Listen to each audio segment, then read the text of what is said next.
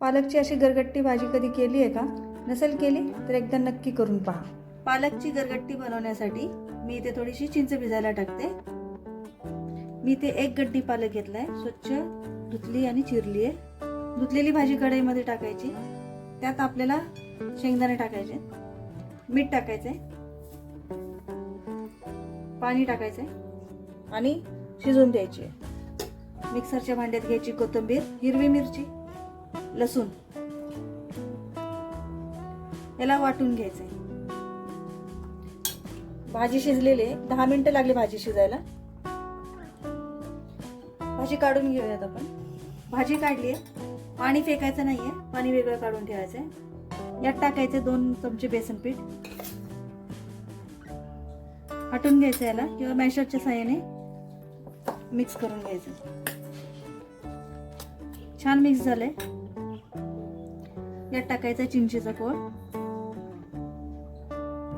थोडासा गूळ टाकायचा आहे, मिक्स करू। कढईमध्ये तेल घ्यायचं, तेल गरम झाल्यानंतर मोहरी टाकायची, जिरं टाकायचं आणि वाटलेलं लसूण मिरची टाकायची, हळद। आता टाकायचं पालक। आता हे जे पालक शिजवलेलं पाणी होतं ते आपल्याला टाकायचंय।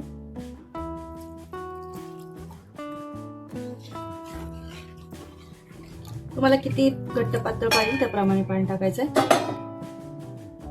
मीठ एकदा आपण टाकलं होतं शिजताना, त्यामुळे त्याप्रमाणे टाकायचं मीठ।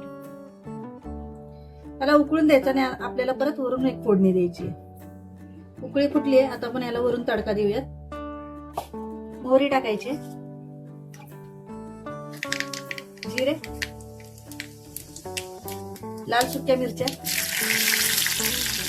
हिंग, लसूण, ही बेडगी मिरची पावडर,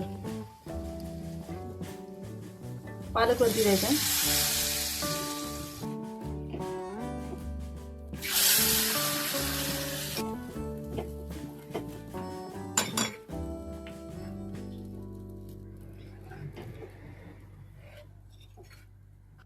तयार झाली आपली पालकची गरगट्टी भाजी।